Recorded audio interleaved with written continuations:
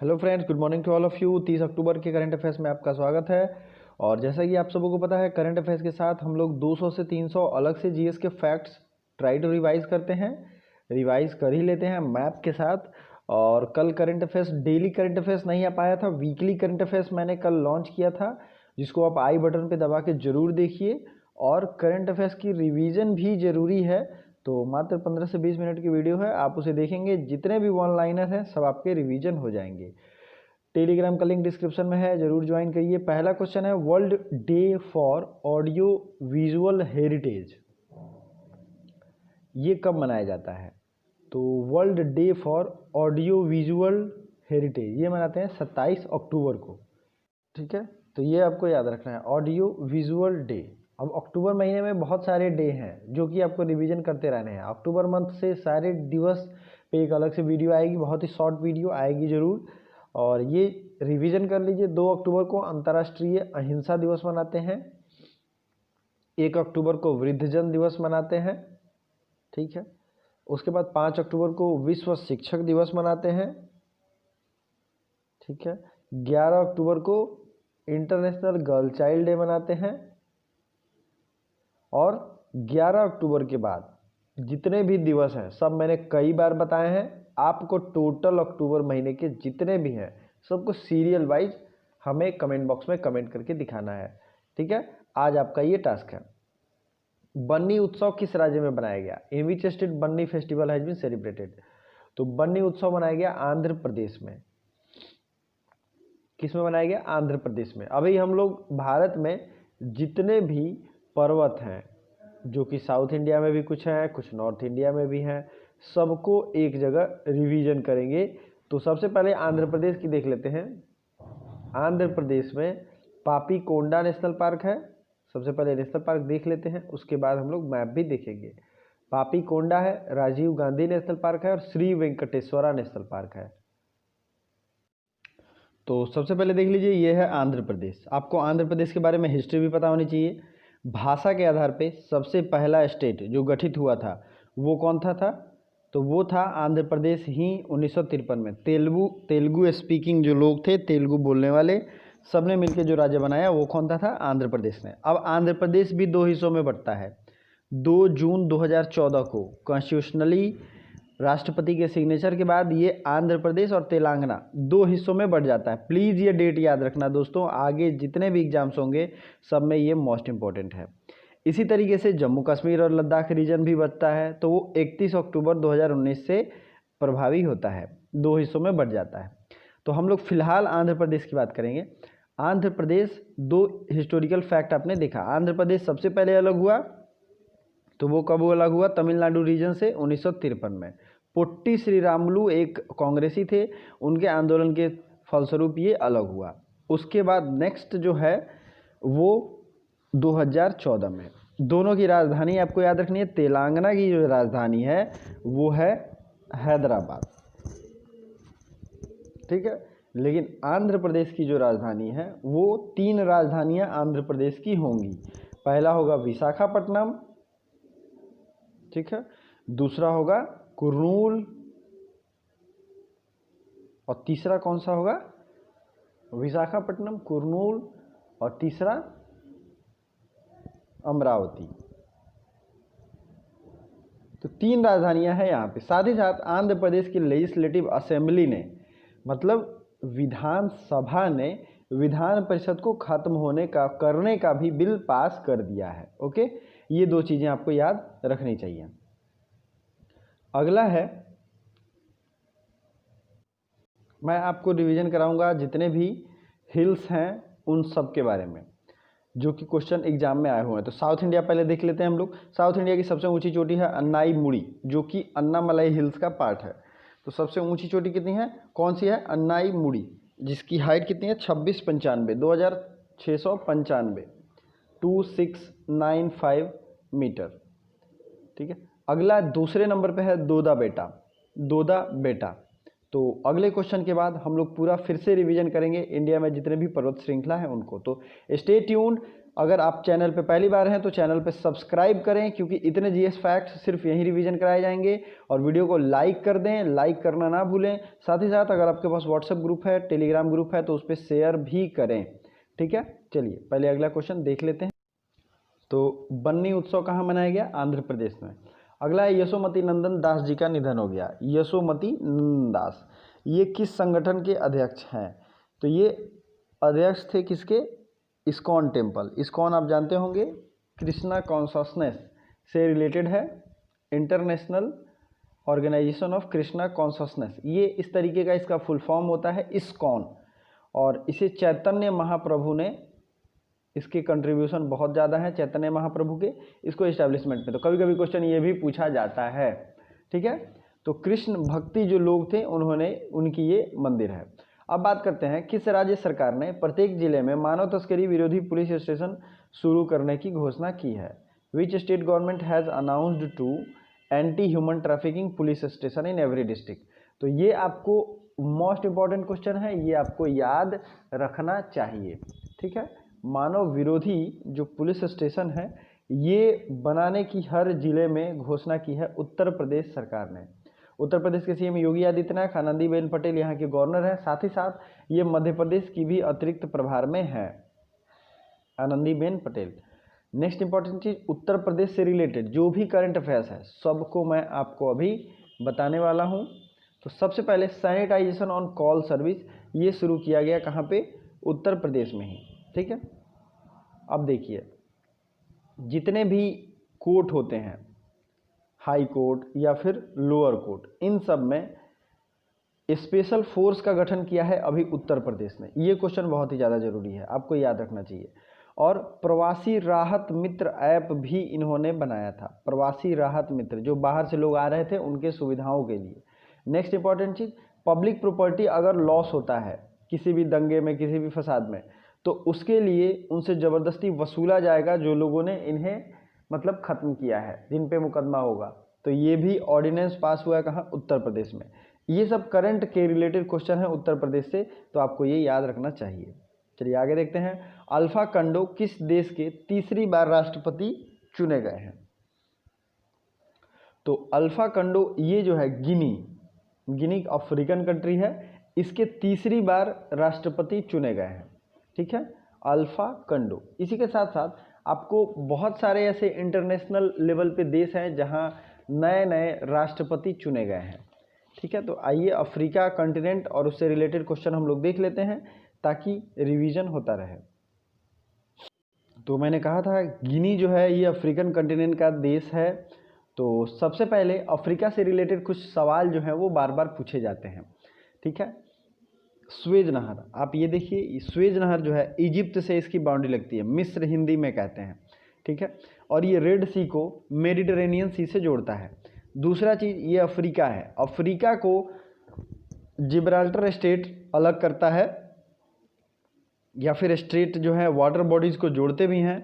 तो Gibraltar state Africa और Europe के बीच में है। दूसरी चीज़ आपको याद रखनी है।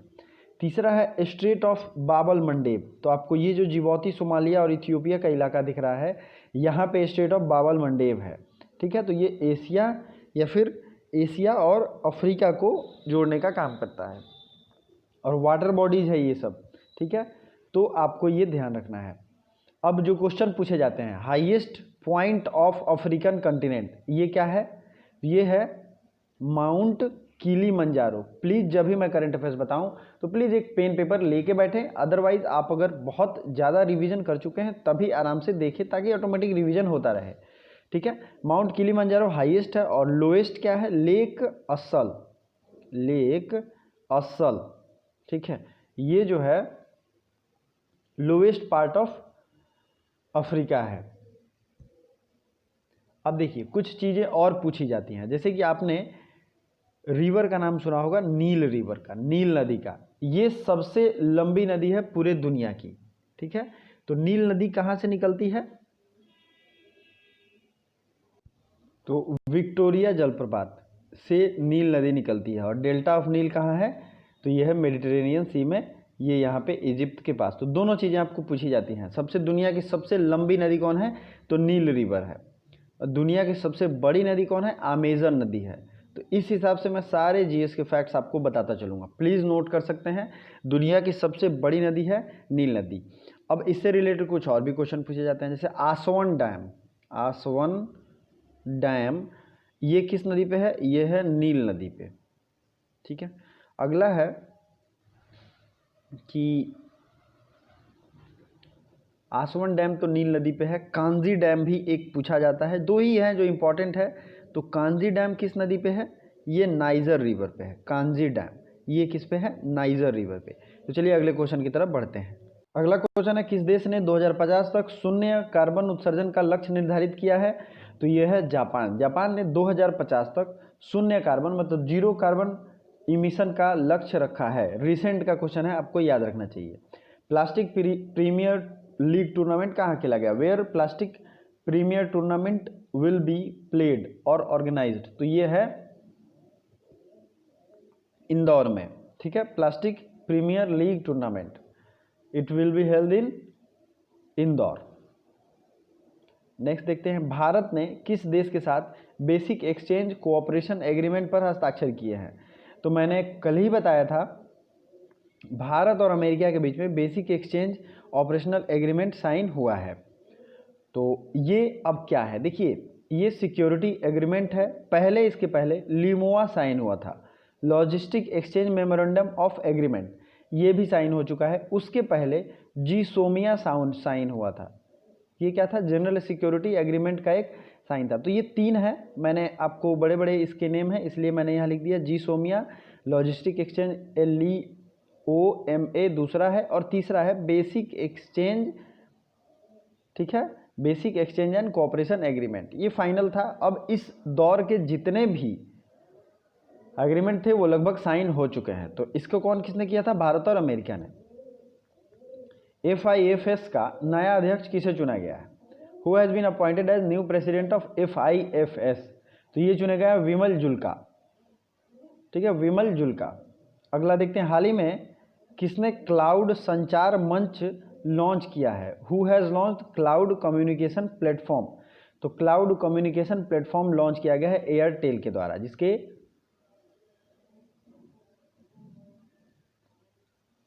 ठीक है, भारतीय एयरटेल आप जानते भी होंगे। Basic exchange and cooperation agreement Bharat और किस देश के बीच साइन हुआ है? ऑप्शन आपके पास नीचे है, इसका जो भी राइट आंसर है फुल डिटेल के साथ आपको कमेंट बॉक्स में कमेंट करके बताना है। अगले क्वेश्चन की तरफ बढ़ते हैं। अगला क्वेश्चन है, अंतर्राष्ट्रीय एनिमेशन दिवस कब मनाया जाता है? इंटरनेशनल एनिमेशन डे तो ये मनाते हैं 28 अक्टूबर को। तो आपके लिए आज कमेंट करने के लिए दो क्वेश्चन है। अक्टूबर मंथ के जितने भी दिवस हैं सब पे एक अलग वीडियो आएगी, लेकिन आपको ये कमेंट बॉक्स में कमेंट करना है। और दूसरा है कि जो भी basic exchange memorandum agreement sign हुआ है उस देश के बारे में फुल डिटेल बताना है। भारत और अमेरिका के बीच 2+2 वार्ता कहाँ आयोजित की गई थी? 2+2 meeting between India and America has been organized at, तो ये जो है नई दिल्ली में ऑर्गेनाइज की गई है। भारत और अमेरिका के बीच में 2+2 मीटिंग कहाँ पे? नई दिल्ली में। चलिए आगे बढ़ते हैं। 2+2 ये क्या है? ये सिक्योरिटी अरेंजमेंट और बहुत सारे 2+2 का मतलब होता है, मैं आपको बता देता हूँ क्लियर कट डिटेल में। एक जो है वो डिफेंस मिनिस्टर और दूसरे जो हैं विदेश मंत्री। इस टाइप के हाईली डिग्निटरीज जो होते हैं, जो एक देश को चलाने में बड़ी बड़ी मिनिस्ट्री को हैंडल करते हैं, वो पार्टिसिपेट करते हैं। ठीक है, तो ये 2+2 मीटिंग होती है भारत और अमेरिका के बीच में। तो ये क्वेश्चन आ चुका है कि रिसेंटली किस देश के बीच में भारत के साथ 2+2 वार्ता शुरू हुई है? डैनियल मैनकोर का निधन हुआ, वो कौन थे? तो डैनियल मैनकेयर ये एक राइटर थे, डैनियल मैनकेयर। अगला क्वेश्चन, फ्लोर प्राइस तय करने वाला भारत का पहला राज्य कौन सा है? तो फ्लोर प्राइस तय करने के लिए भारत का पहला राज्य बन गया है केरल। केरल के बारे में बहुत सारे इंपॉर्टेंट जीके जीएस के क्वेश्चन हैं जो कि आपको याद रखने चाहिए। सबसे पहले, केरल हेल्थ और एजुकेशन इंडेक्स में टॉप पे है। ठीक है, केरल ने अभी हाल ही में किसानों के राहत के लिए एक अलग आयोग बनाने का निर्णय लिया है, ये भी आपको याद रखना है। केरल ने कोरोना में बहुत सारे इनिशिएटिव लिए। सबसे पहला इनिशिएटिव जो था इनका ब्रेक द चेन कैंपेन, ठीक है, ये केरला का था। उसके आगे है प्रोजेक्ट के फोन, प्रोजेक्ट के फोन, ये भी केरला ने लॉन्च किया था। कोविड-19 के लिए कर्मी बोट जो कि एक रोबोट था, इसको भी केरला ने लॉन्च किया था। अगला है केरल के जो सीएम है वो कौन है, पिनाराई विजयन, पिनाराई विजयन, ठीक है।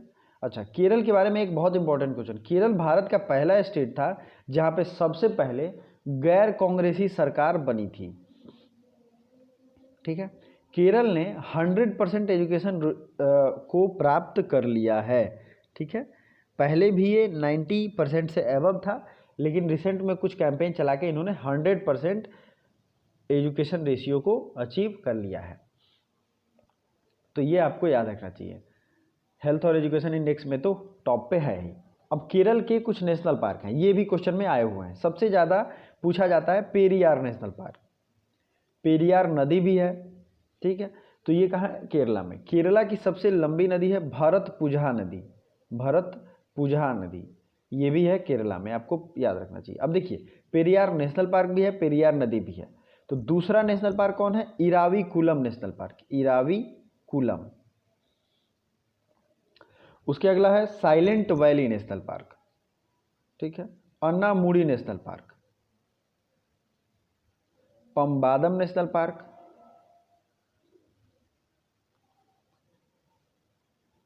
उसके बाद है Mathikettan Shola national park, Mathikettan Shola national park, ठीक है। ये सब नेशनल पार्क जो हैं ये किस में है, केरला में। केरला की बाउंड्री किससे किससे लगती है, आपको आपने देखा ही होगा। केरला में एक कोची बंदरगाह भी है और एयरपोर्ट भी है। केरला का जो ये एयरपोर्ट है ये पूरे दुनिया का पहला एकलौता सोलर पावर से पूर्ण रूप से चलने वाला एयरपोर्ट है, ठीक है। पूर्ण रूप से सोलर से चलने वाला एयरपोर्ट कौन है, कोच्चि। और कोचीन पोर्ट भी है, बंदरगाह भी है। चलिए आगे बढ़ते हैं फिर अगले क्वेश्चन की तरफ। बोलीविया के नए राष्ट्रपति, इनका नाम क्या है, तो बोलीविया के नए राष्ट्रपति जो हैं इनका नाम है लुइस अर्से। बोलीविया, ये बोलीविया कहाँ है, बोलीविया की राजधानी है लापाज, और ये साउथ अमेरिका की एक कंट्री है। बोलीविया की राजधानी कहाँ है, लापाज, ठीक है। लापाज यहाँ की राजधानी हो गई। और यहाँ के नए प्रेसिडेंट बने हैं लुइस अर्से, लुइस अर्से। छठे बीच संसदीय मंच में भारत का प्रतिनिधित्व किसने किया है, 6th meeting of BRICS parliamentary platform has been represented by which person from India.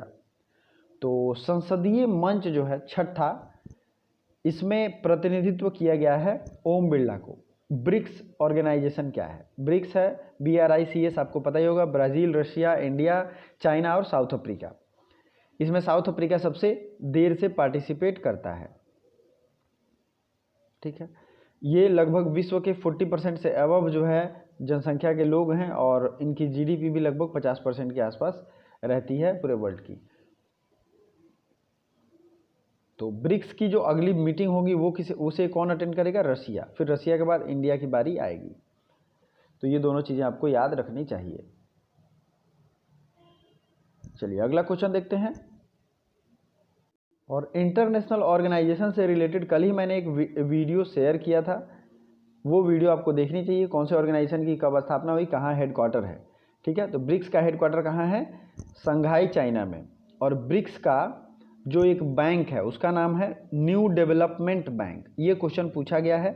New development bank की स्थापना कब हुई थी, 2014 में, ठीक है। ये आपको ध्यान रखना है। चलिए आगे बढ़ते हैं। किस राज्य के उच्च न्यायालय ने अदालत की कार्रवाई की लाइव स्ट्रीमिंग शुरू की है, तो ये रिसेंट का क्वेश्चन है। ये है गुजरात ने अभी फिलहाल में live streaming of court proceeding start कर दिया है, गुजरात सरकार ने। इसी तरीके से ई कोर्ट का शुभारंभ अभी हाल ही में किस राज्य ने किया था, तो वो उत्तर प्रदेश ने किया था, ठीक है। चलिए नेक्स्ट क्वेश्चन देखते हैं। रानी पद्मावती का स्मारक कहाँ बनाया जाएगा, तो रानी पद्मावती का स्मारक बनाया जाएगा भोपाल में। अगला क्वेश्चन, वैश्विक कला प्रतियोगिता में विशेष पुरस्कार किसने जीता है, तो who has one special award in world art competition. तो ये अंजान मुस्तीन अली, इसने वैश्विक कला प्रतियोगिता में ये अवार्ड जीत लिया है। नेक्स्ट क्वेश्चन है, ई बोर्डिंग को सक्षम करने वाला भारत का पहला हवाई अड्डा कौन बन गया है? Which airport is first to enable e boarding system? ये होगा हैदराबाद एयरपोर्ट के द्वारा। हैदराबाद एयरपोर्ट कहाँ है? आपको पता ही है हैदराबाद एयरपोर्ट कहाँ है।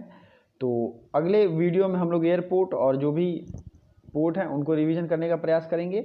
अभी तक के लिए इतना काफ़ी है। इसकी पीडीएफ मैं टेलीग्राम पे जरूर दे दूंगा, टेलीग्राम जरूर ज्वाइन करिए। और जो क्वेश्चन मैंने पूछे हैं अक्टूबर महीने के जितने दिवस, उनको कमेंट कर सकते हैं। साथ ही साथ अमेरिका के जो एग्रीमेंट है उससे भी रिलेटेड मैंने सवाल पूछे थे। Thank you so much.